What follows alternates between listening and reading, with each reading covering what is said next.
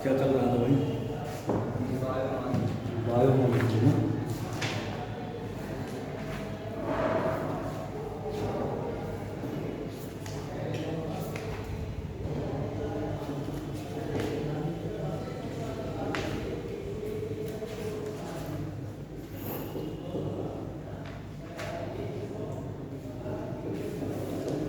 Biomolecules में nucleic acid आप बताएंगे हैं?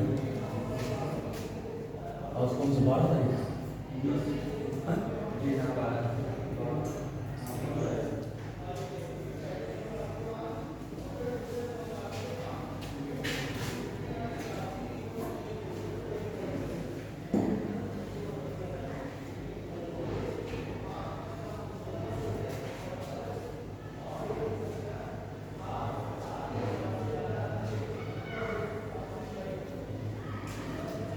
देखो न्यूक्लिक एसिड क्या है?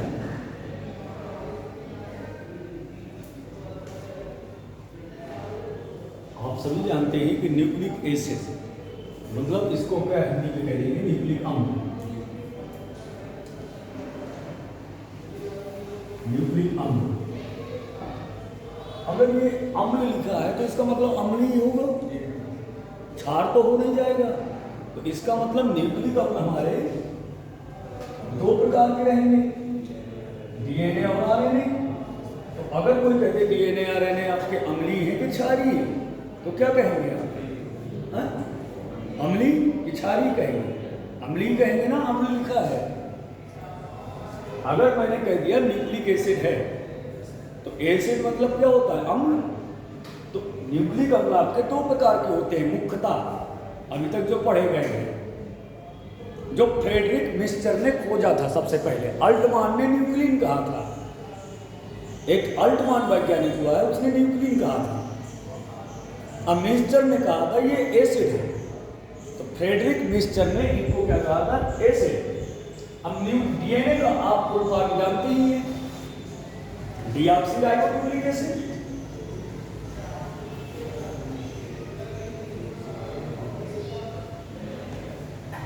न्यूक्लिक एसिड, आरएनए का राइबोन्यूक्लिक एसिड।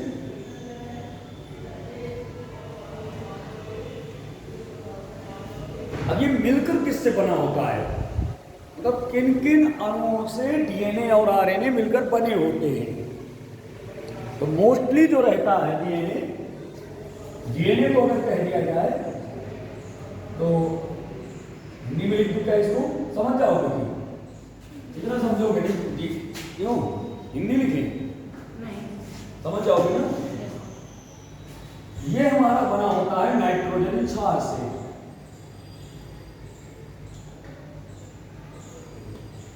नाइट्रोजनी क्षार से।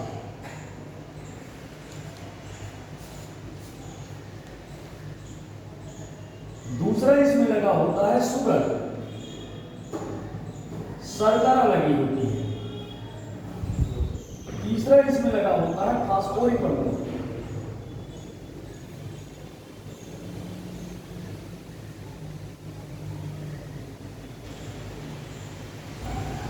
फास्फोरिक अम्ल। अब देखिए नाइट्रोजनी क्षार हमारे कितने प्रकार के होते हैं? नाइट्रोजनी क्षार जो होते हैं मुख्यतः ये 4 प्रकार के होते हैं। ए से एडेनिन,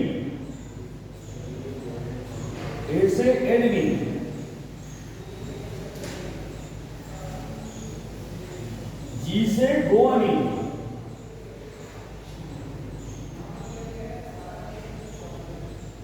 और सी से साइटोसिन, और टी से थाइमीन।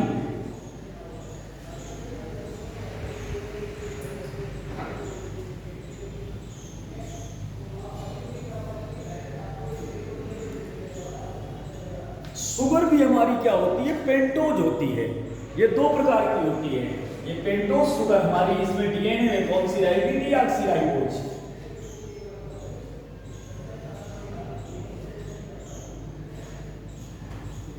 डीऑक्सीराइबोज। अब फास्फोरिक अम्ल हमारा अम्ल है, तो अगर कोई कह देता है डीएनए अम्लीय क्यों है, इसकी वजह से, फास्फोरिक अम्ल की वजह से। डीएनए अम्लीय क्यों है, फास्फोरिक अम्ल प्रेजेंट है। आरएनए किससे मिलकर बना है, आरएनए भी नाइट्रोजन चार्ज से मिलकर बना है, लेकिन AUGC हो जाता है। और यहां क्या सर, ATGC होता है। क्या हुआ अंतर, बताओ, अंतर क्या रहा दोनों में बेटा। यहां ए से एडेनिन लिखा है, यहां टी से थाइमिन लिखा है, यहां जी से ग्वानिन लिखा है, और यहां सी से साइटोसिन लिखा है।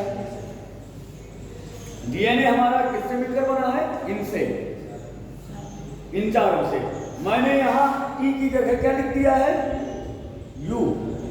यूरेसिल कर दिया है। उसका एक रीजन है, क्योंकि थाइमीन के 5वें ग्रुप में मेथिल ग्रुप लगा होता है।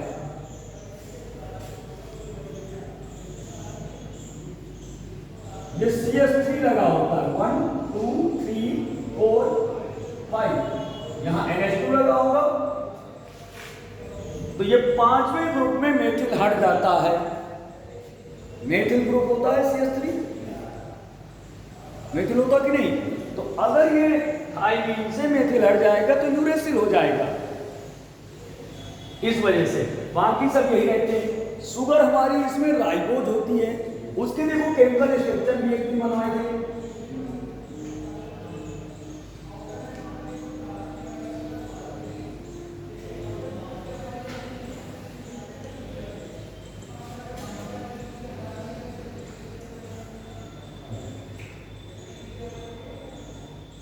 ये क्या है, राइबोज शुगर।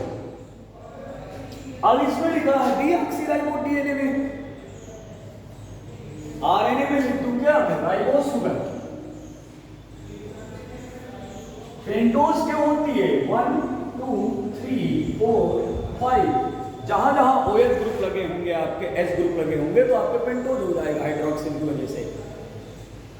एल्डिहाइड ग्रुप होता है हाइड्रोक्सिल, एल्कोहल बनाता है ना, नहीं बनाता हाइड्रोक्सिल।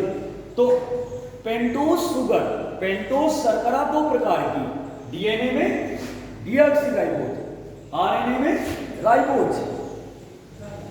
राइबोज और डीऑक्सीराइबोज में क्या अंतर है, यहां ऑक्सीडेशन हो जा रहा है। अगर हम डीऑक्सीराइबोज का बनाएंगे तो वो हटा देंगे, क्योंकि सेकेंड नंबर पे ऑक्सीजन ऑक्सीडाइज हो रही है। अगर राइबोज बनाएंगे तो वो लगा देंगे, बस इतना अंतर है दोनों केमिकल के।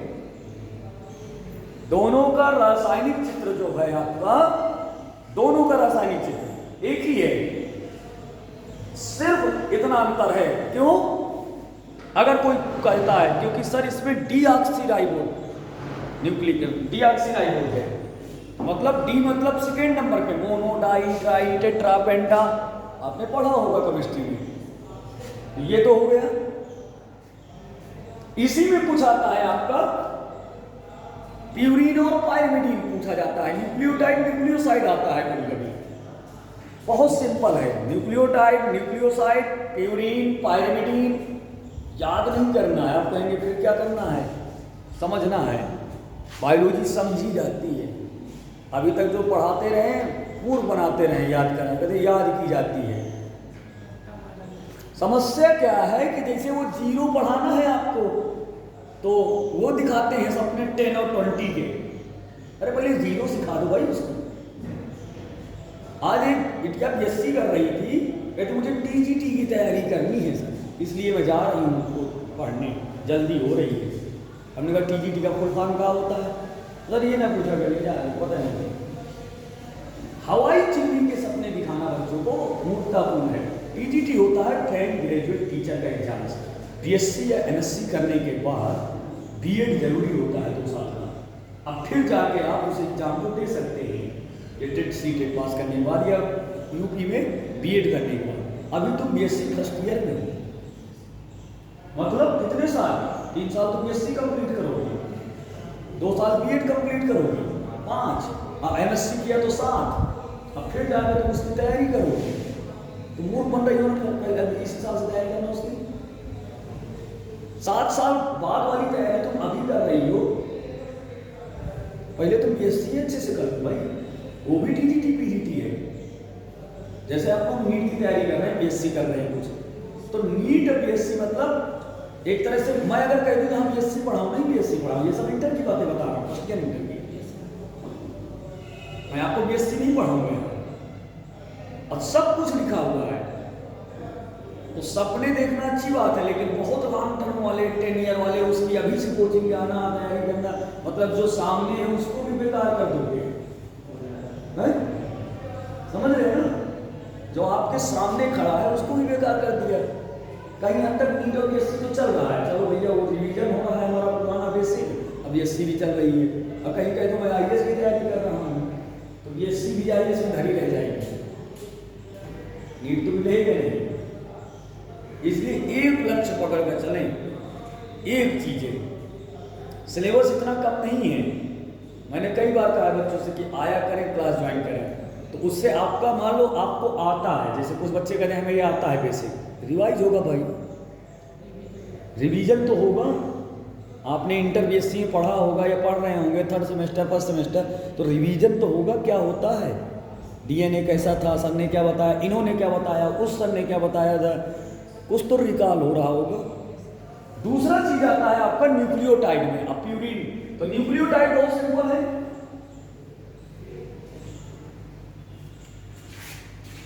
यहां लिख दो न्यूक्लियोटाइड और न्यूक्लियोसाइड।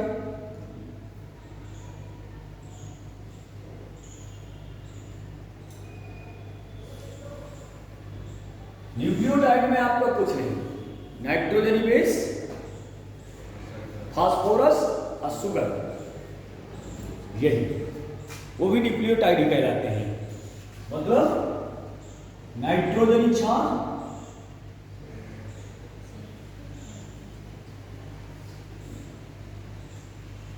तो कभी कभी लिख के आ जाता है, आप सोच रहे होंगे कि सर डीएनए और न्यूक्लियोटाइड में एक ही बात है। हाँ, डीएनए न्यूक्लियोटाइडों से मिलकर ही बना है। डीएनए न्यूक्लियोटाइडों से मिलकर बना है, एक से नहीं बना है, न्यूक्लियोटाइडों से। बहुत सारे न्यूक्लियोटाइड मिलकर एक डीएनए की संरचना बनाते हैं। क्योंकि मैंने डीएनए में भी लिख दिया है नाइट्रोजन, क्षार, शुगर और फास्फोरस, यहां भी वही लिख दूंगा। लेकिन ये बहुत सारे, एक नहीं बहुत सारे मिलकर डीएनए बनाते हैं। उसका रीजन है, आप देख रहे होंगे बेटा, इसमें बहुत सारे न्यूक्लियोटाइड अटैच होंगे ना। क्यों? इनके अंदर इस तरह बॉन्ड लगे होते हैं ना, ए टी टी ए जी सी सी जी, इन डंडों का भी कुछ नाम है। इनके अंदर जो डैश लगाया है, जो कुछ लिख दूं सब कुछ है, कुछ ना कुछ। बोर्ड में डैश भी लगा दूंगा, उसका भी अर्थ है। इन डैश का अर्थ जानते हो क्या है?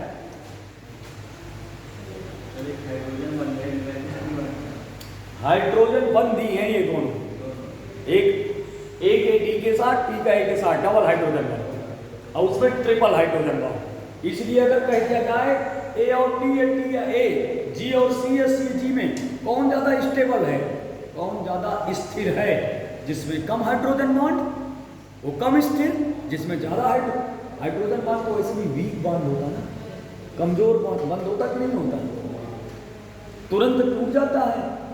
केमिस्ट्री में पढ़ा होगा कि हाइड्रोजन बंध का निर्जलीकरण हो जाता है तुरंत। वो तो भाप बन के भी उड़ जाता है, कोई रिएक्शन नहीं होती है। वाटर, पानी भाप बन के भी उड़ता है ना, कोई भी रिएक्शन ना हो रही हो, महीने भर के लिए रख दीजिए यहाँ, पानी उड़ जाएगा, नहीं उड़ता।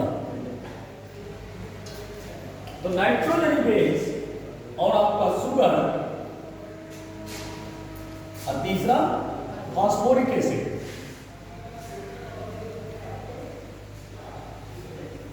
ये आपका न्यूक्लियोसाइड है, न्यूक्लियोटाइड है।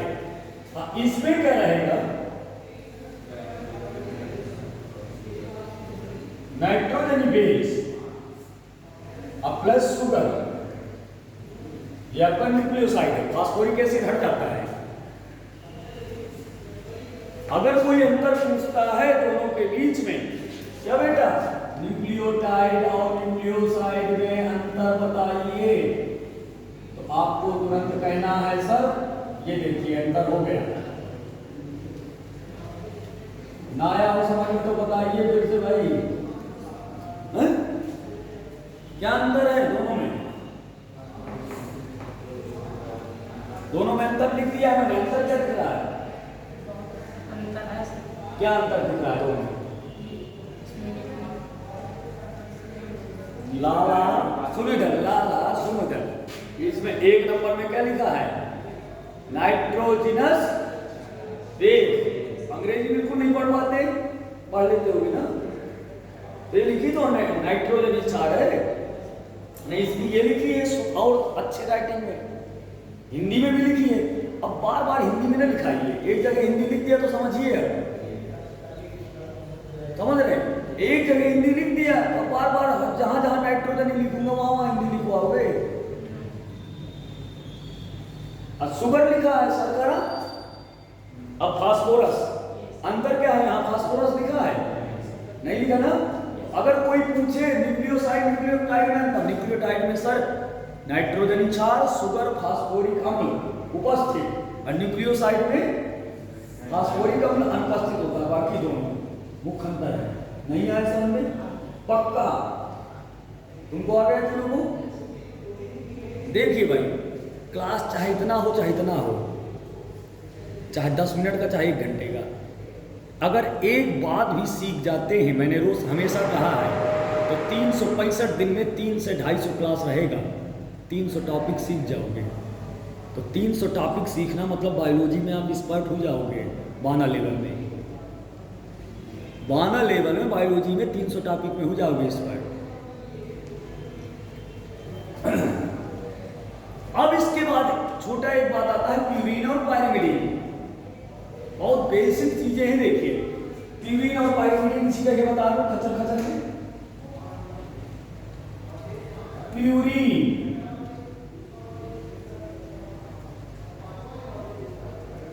और पायरिमिडीन,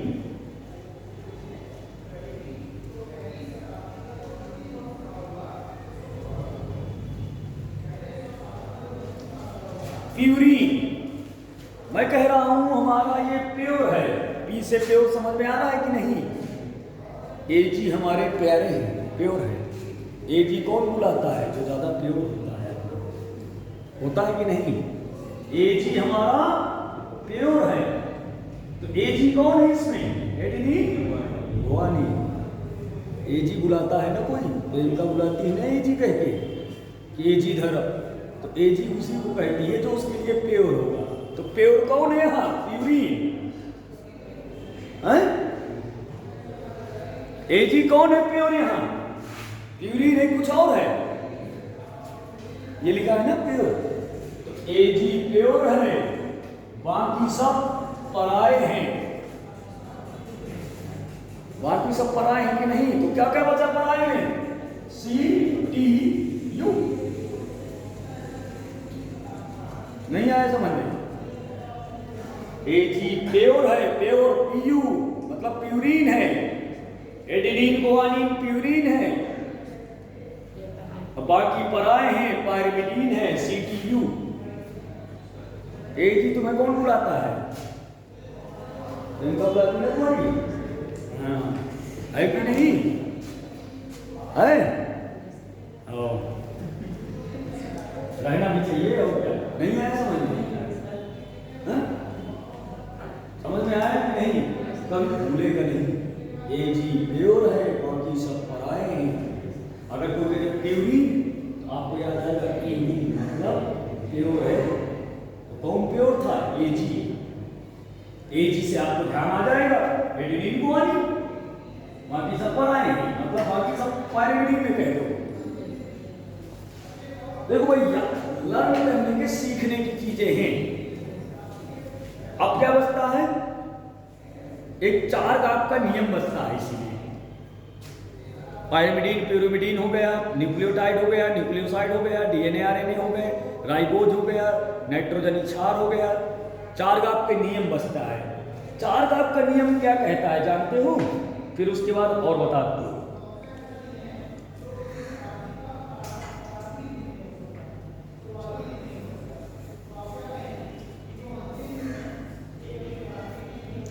ए बराबर टी, जी बराबर सी।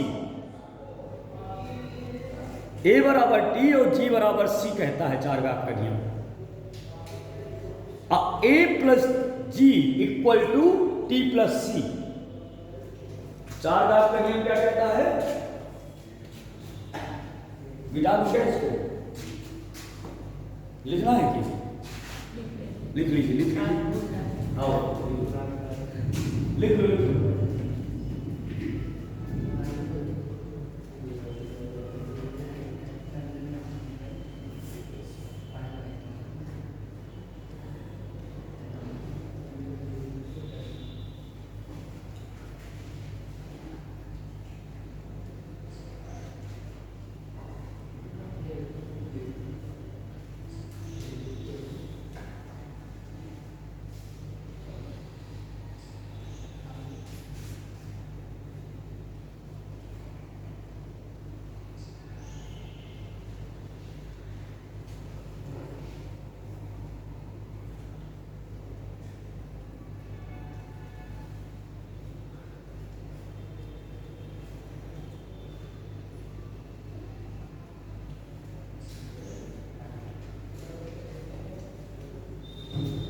इतना मटेरियल है बेटा पढ़ाने के लिए रिवीजन बेसिक में कि कितना भी पढ़ाएं कम है, समझ लो आप। और जो घर में सोता रहता है नहीं आता है, वाकई में किसी की मजबूरी है जो नहीं आ रहा है। बात दूसरी है, जो सोया हुआ है नहीं आ रहा है, वो समझ लो हमारे जैसा क्लास को छोड़ना फ्री में वो महामूर्ख है। क्योंकि हम जैसी बायोलॉजी पढ़ा रहे हैं नहीं बताएगा कोई। जैसी मैं पढ़ा रहा हूँ आप पैसे दे के भी पढ़ोगे नहीं पढ़ाएगा कोई। और नहीं तो आप ट्राई कर लीजिए महीना 15 दिन किसी के यहाँ। मैं बता रहा हूँ महीना 15 दिन ट्राई करके देख लीजिए किसी के यहाँ। अगर जितने पढ़ा रहे हैं फंडामेंटल कोचिंग वाले, सब मूड बनाने का पॉलिश रखा है पूरा बटरिंग वाला। इसीलिए सबको मैं कहता हूँ सब बटरिंग वाले हैं। हमें क्या कह रहे हो तो बहुत हाई फाई टीचर है। अरे तुम्हें जब कुछ नहीं आता तो हमें हाई फाई तो कहोगे। बाद में तुम्हारे जैसे लड़कियां ही गाली देते हैं। जब ग्रेजुएशन कर लोगे ना जैसे तैसे 50-55% में, तब फिर कहोगे यार वो मास्टर जो आता था वो थोड़ा ठीक पढ़ाता था, बाकी तो सब बेकार है यार। भाई कुछ ना कुछ सिखाओ बच्चे को। हम कहते हैं इतनी सी बात सीख के जाओ, लेकिन सीख के जाइए कुछ ना कुछ। हम कहते हैं आप साइंटिस्ट ना बनो, लेकिन कम से कम जो 11th-12th की बुक में लिखा है वो तो सीख जाओ। सिंपल टीचर का रोल ही होता है कि उसको सिंपल समझाना। एक केमिकल स्ट्रक्चर में है क्या? एक राइबोज की बना दिया, डीऑक्सी राइबोज ऑटोमेटिक बनेगी। वो भर हटाना है डीऑक्सी राइबोज भी, बस बन गई डीऑक्सी राइबोज भी। अब वो लगा दो डीऑक्सी, उसका रीजन क्योंकि उसको डीऑक्सी राइबोज कहते हैं। डी मतलब दो, मोनो डाई ट्राई मतलब दूसरे नंबर पे ऑक्सीडेशन हो रहा है। ऑक्सीडेशन मींस ऑक्सीकरण। ऑक्सीकरण अपचयन का जो परिभाषा आपने पढ़ा होगा, ऑक्सीजन या हाइड्रोजन के अणुओं का हटना या जुड़ना ऑक्सीकरण अपचयन कहलाता है। बहुत न याद करिए, जैसे पीएच में क्या होता है, potential of hydrogen ion. Hydrogen ion की क्षमता पीएच कहलाता है, जो आपके दिमाग में बनी रहे। 3 पेज की परिभाषाएं 2 पेज का लिखना वो तो किसी काम का नहीं। वही चीज आपकी काम की है जो आपको लर्न बनी रहे, याद बनी रहे, जिससे आपका टॉपिक क्लियर हो जाए।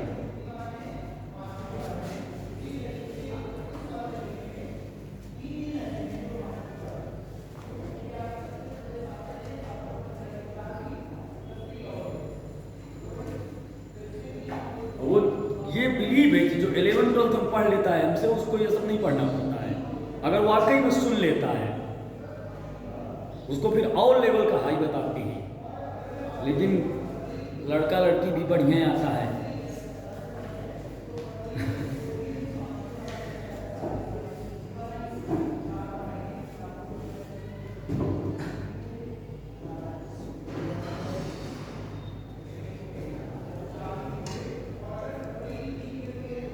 जानते हो कैसे डीएनए जुड़ा होता है? एंटी पैरेलल होता है, मतलब एक कैप यहाँ एक कैप यहाँ है, ऐसे जुड़ा होता है डीएनए 5 to 3। ऐसे ऐसे चक्कर लगाता है। कैसे? ऐसे ऐसे लगा है। राइट हैंड यहाँ को जाएगा, लेफ्ट हैंड, ये मेरा हाथ राइट है ना, राइट हैंड बीडीएनए जो डबल हेलिक्स मॉडल वाटसन ने दिया था वो राइट हैंडेड जाता है। हाँ, क्लॉकवाइज, एंटी क्लॉकवाइज जाएगा ना, वो क्लॉकवाइज जा रहा है आपका। 5 to 3 बता चुका हूं। क्यों? यहां पे फास्फेट ग्रुप लग जाएगा, ये फास्फेट फिर इस 3 में आगे चल के सुगर फिर लगेगी, तो 5-3 हो जाएगा। बन गया? अब देखिए, चार गैप का नियम कहलाता है, कभी कभी उसको सार गैप का नियम भी कहते हैं। एलविन चार गैप ने दिया था, इस वजह से चार गैप जो भी कहेंगे।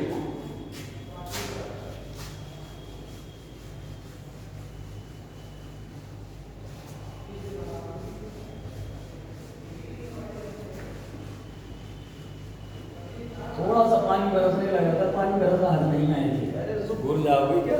मैं भी तो आया हूँ, भीगते भागते मैं भी तो आता हूँ। अगर आप एक बार भीग जाओगे ना, इतनी गर्मी है आजकल बदन में, ऑटोमेटिक। हमने कई बार पढ़ाते वक्त कई बार भीगे हैं, पढ़ाते पढ़ाते सूख गए हैं। अगर इस एज में आप तपस्या नहीं कर सकते हो, संघर्ष नहीं कर सकते, तो कब करोगे आप? बुढ़ापे में करोगे भाई। इस एज में नहीं करोगे तो कब करोगे?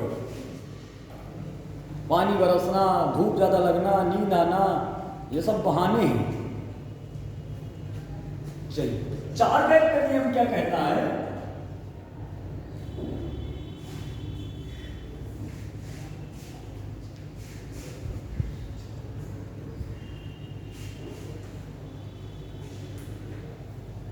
एक वैज्ञानिक हुआ था एरविन चार गैप।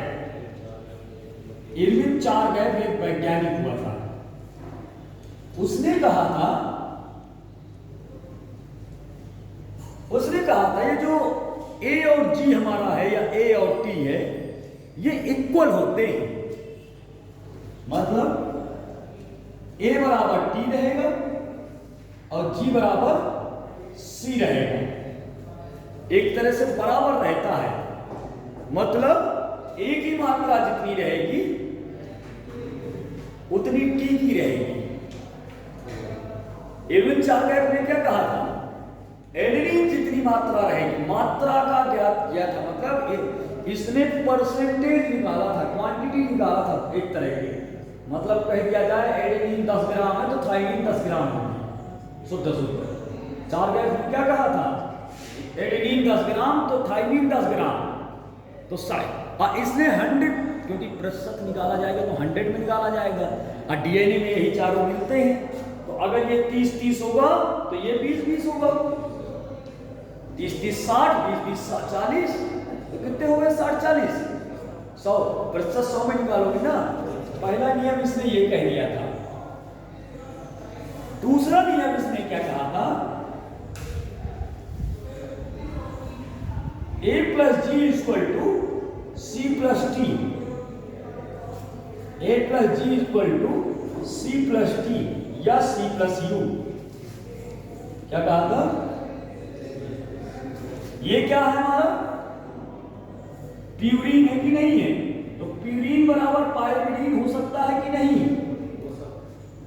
यही तो इसने बोला है कि सर एडेनिन थाइमिन के बराबर होगा, गुआनिन। आपके इंटर में, नीट में, अकंगर बीएससी में अक्सर लिख के आ जाता है एडेनिन की मात्रा 20% है, तो अदर नाइट्रोजन क्षारों की मात्रा बताइए।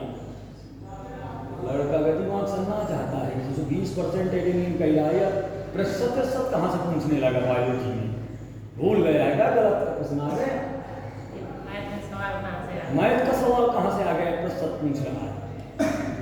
उसका नियम है कि एडेनिन अगर कह रहा है 20%, तो मैं कह रहा हूं एडेनिन बराबर T, तो G बराबर C नहीं निकाल लोगे? कैसे? देखना, एडेनिन 20 है, 20% है, तो थाइमिन कितने प्रतिशत हो जाएगा? 20। तो ये 40 हो गया कि नहीं? कितने में 40? 100 में। 100 में 40, तो मैं 100 में 40 घटा दूं, कितना बचा? 60। ये G और C है, तो यहां 2 का भाग दे दूं, 30% आ गया कि नहीं है?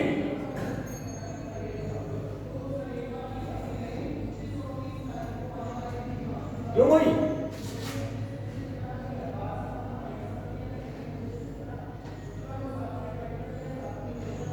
कुछ टीचर तो ऐसा लिखते हैं मार्कर से, इधर 2 दिन में खत्म कर देते हैं।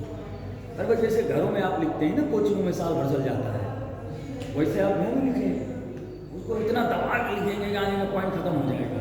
अभी नए मार्कर थे, बिल्कुल ऐसा लिखा कि खत्म करने के मूड में पूरा लिखते हैं जबरदस्ती। वो क्या है, मैं जानता हूँ पढ़ाते हुए प्रेशर आता है, लेकिन प्रेशर इसमें नहीं देना है, जुबान में देना है, माइंड में देना है, मार्कर में नहीं। वो कोई चाक नहीं है कि झप बुलाया है, चाक और बोर्ड में चलता है कि धच बुलाया ले, ऐसे, क्योंकि ये बहुत सॉफ्ट चीजें हैं। तो ये ऐसे निकल सकता है कि नहीं? जैसे पूछ ले कोई 50% प्यूरीन है, तो पाइरिमिडीन कितनी होगी? 50 होगी। इसी का एक क्वेश्चन देखता हूं होगा। वैसे जैविक तो कर लेगा मुझे लगता है, क्यों? जैविक हमारा पढ़ाया हुआ है।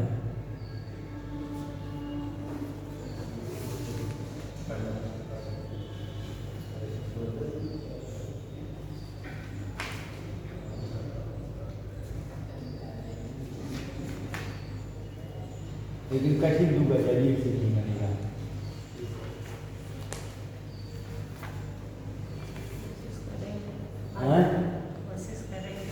हाँ,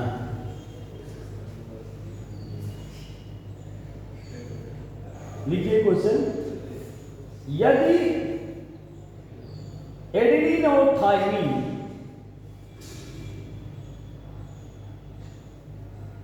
डबल स्टैंडर्ड डीएनए में 45% पाई जाती है,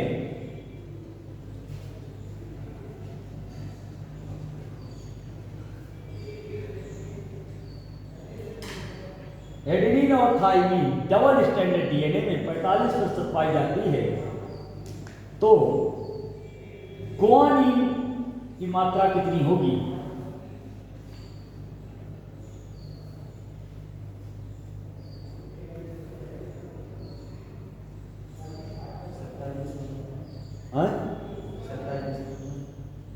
कैसे?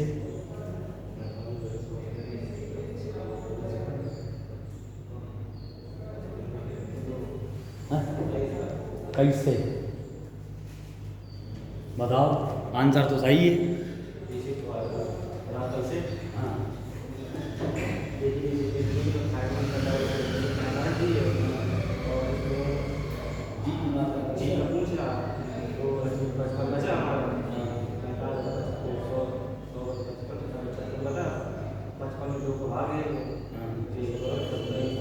हाँ, देखो सही रहा तो मैं नहीं बना दे तो सही।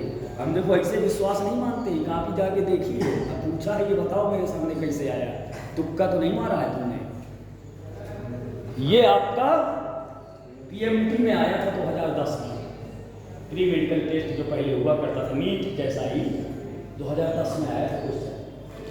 देखो एडेनिन और थाइमिन कितना दिया है, एडेनिन और थाइमिन 45% दिया है।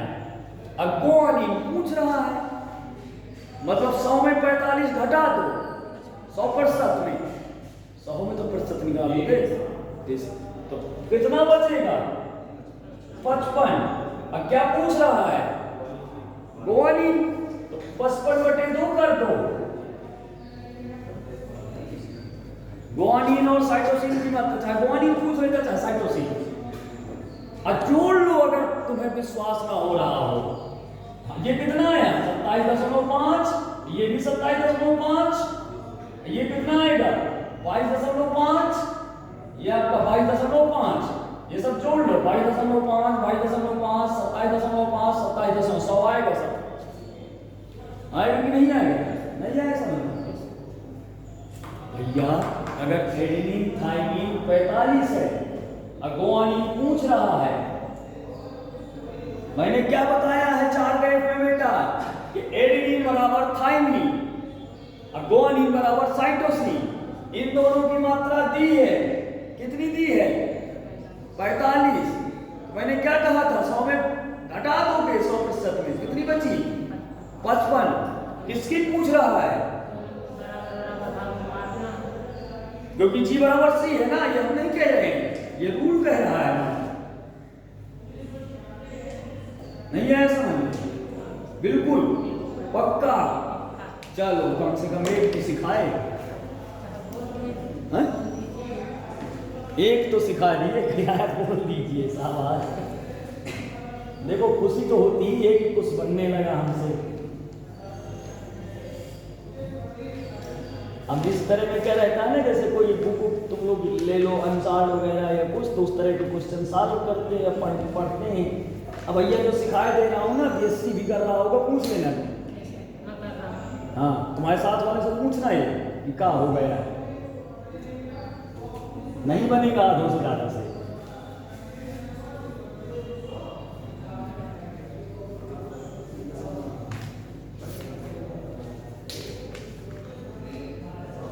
हमारी कॉपी में तो नहीं लिखा है, हमारी कॉपी में एक क्वेश्चन लिखा तो वही हमने देख लिया।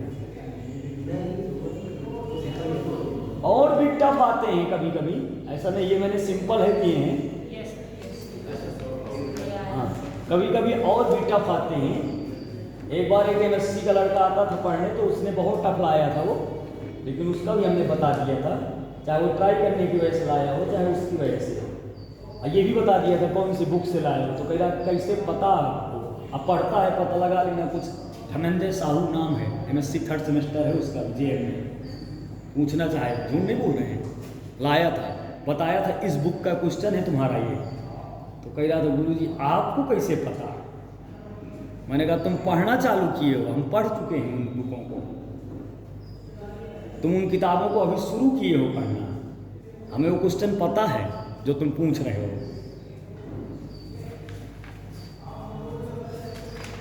जैसे आप A और T और G की पूछे 45%, हाँ, और C की पूछे तो 55 आएगा सर। हाँ नहीं, उसमें से वैसा पूछेगा ही नहीं। आपका कहना है कि वो सब 45 है, नहीं पूछेगा, ऐसा उल्टा सीधा नहीं पूछेगा। वो इस तरह पूछ सकता है कि डबल हेलिक्स मॉडल DNA की एक क्वेश्चन जो था उसने पूछा था इतना है, तो जीवाणु कोशिका में एडेनिन की मात्रा क्या होगी। जीवाणु आपका सिंगल स्टैंडर्ड रहेगा तो आधी हो जाती है फिर उसकी। उसी तरह फिर ये कह सकता है, ये पूछ सकता है ये 45 है, लेकिन विभाजन के बाद 22.5 रह जाती है, क्या होगा, क्यों। आपको कहना है वो प्रोकैरियोट कोशिका हो जाए होगी और सिंगल स्टैंडर्ड हो जाएगी, क्योंकि प्रोकैरियोट में एक ही स्टैंड बचेगा, एक ही रेट बचेगा, डबल हो जाती है, एक ही रह जाता है उसमें से। तो कुछ क्वेश्चन घुमा के लेकिन हायर लेवल पे रहते हैं, आपके लेवल पे नहीं रहते हैं। जब आप स्कॉलरशिप वगैरह के लिए फॉर्म भरोगे, स्कॉलरशिप बोले तो वजीफा जो नेशनल लेवल से मिलता है, MSc वगैरह, IIT वगैरह, PhD वगैरह में एडमिशन दोगे, तब थोड़ा सा वो टफ रहता है, मतलब PhD और उनमें से इंटर BSc नीट के लिए पर्याप्त है इतना, बाकी PhD लेवल तक के लिए फिर आगे जाता है।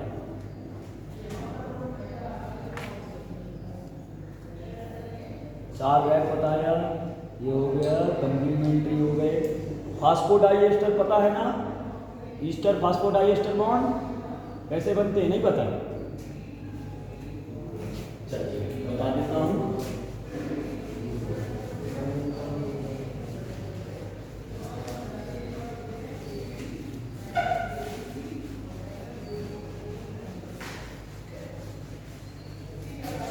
देखो फास्फोडाइएस्टर और ये बॉन्ड जो बनते हैं आपके,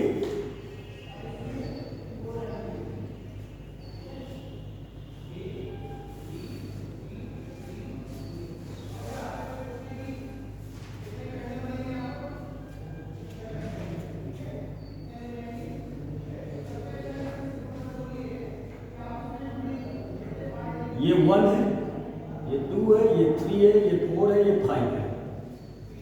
जब हमारा न्यूक्लियोटाइड का निर्माण होता है कैसे होता है और कैसे DNA बनता है, इसके साथ हमारा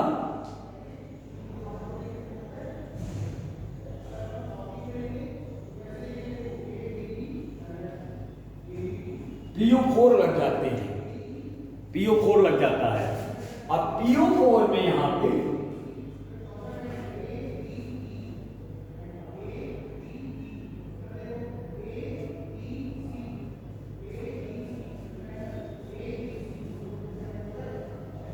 अगर DNA की बात हो रही होगी तो OH हो,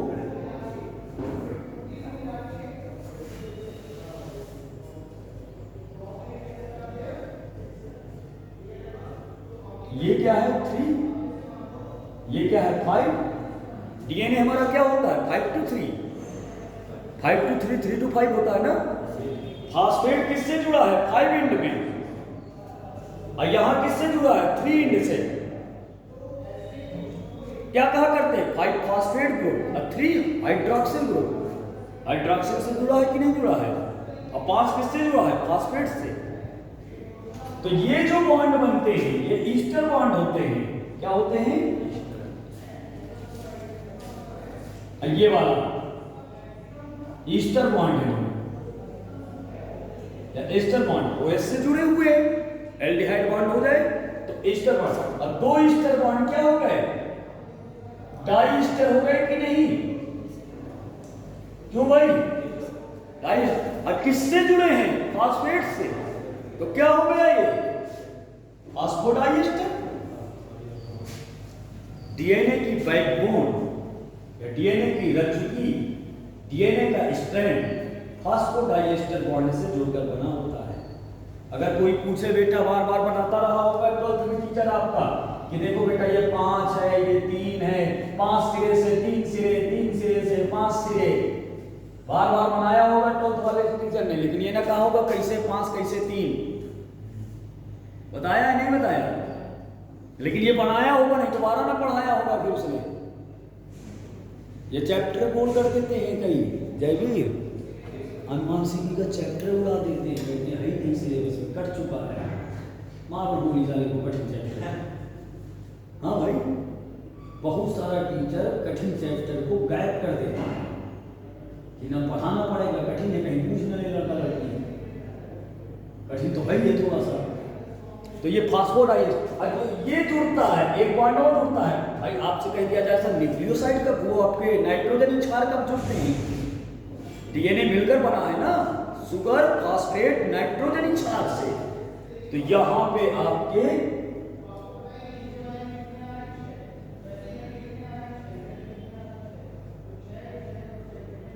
जो ये आपके बॉन्ड लगता है, यहां पे लगता है आपका, तो ये आपका एन ग्लाइकोसिडिक बॉन्ड है। कौन सा बॉन्ड है, एन ग्लाइकोसिडिक बॉन्ड लगा है। ये बहुत पूछा जाता है, शुगर के फर्स्ट नंबर से शर्करा के फर्स्ट से जो ये आपका ये क्या है, नाइट्रोजन क्षार है, नाइट्रोजन क्षार है। एडेनिन, गुआनिन, साइटोसिन, थाइमिन जो भी रहेगा, ये बॉन्ड जो लगता है ये एन ग्लाइकोसिडिक बॉन्ड है, और ये बॉन्ड क्या है, ईस्टर बॉन्ड है। बहुत पूछा जाता है कंपटीशन में कि कैसे कौन जुड़ता है और किस जगह से कौन जुड़ जाता है, कौन से नंबर पे जुड़ता है। अगर कठिन आता है सवाल, अगर कठिन आया तो कौन से नंबर से जुड़ता है, और इसको 3 और 5 क्यों कहते हैं, 5 3 कैसे कहते हैं, 3 5 नहीं आया समझ में? नहीं आया बिल्कुल। केमिस्ट्री हो गई ना दोबारा। ये शुगर है 1 2 3 4 5, पांचवें ग्रुप से क्या जुड़ गया, फास्फेट। फास्फेट ये फिर शुगर बन गई हमारी शर्करा, इसके तीसरे से फास्फेट जुड़ा है, तो तीसरे से OH से O जुड़ा है, इन दोनों के बीच जो ग्रुप बन रहा है ईस्टर बन, यहां भी OH से बन रहा है कि नहीं, ऑक्सीजन से OH जुड़ रहा है, तो यहां भी ईस्टर, 2 ईस्टर क्या हो गए, डाई ईस्टर।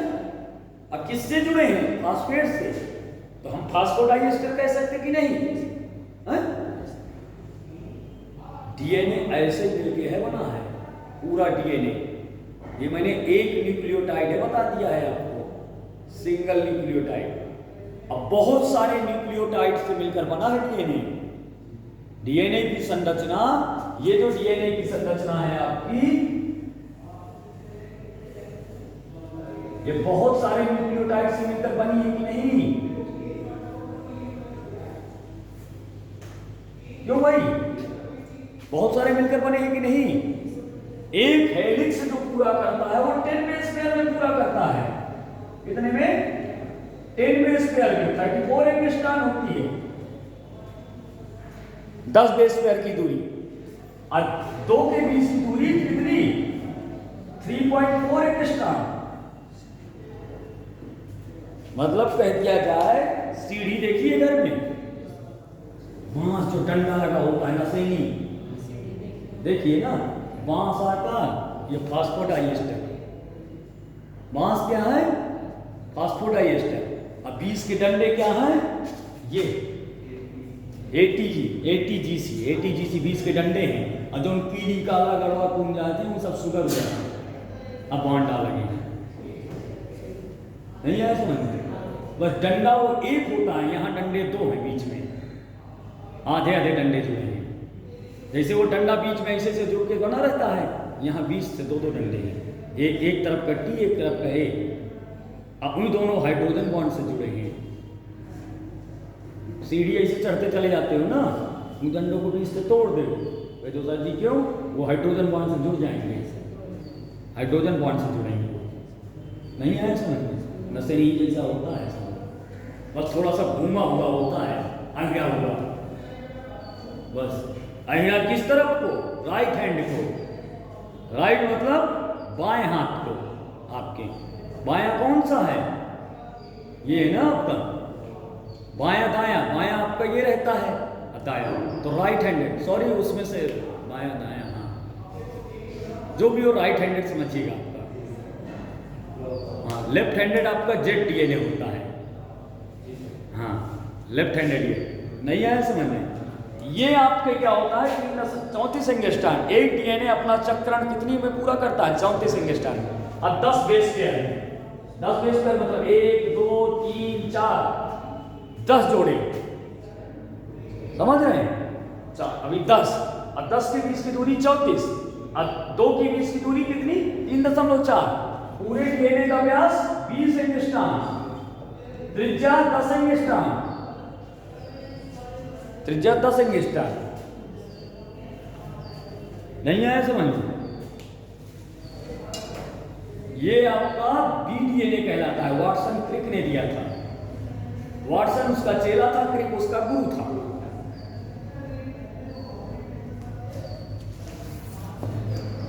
आप थोड़ा 1 मिनट यहां से मैं साइन करके आ रहा हूं।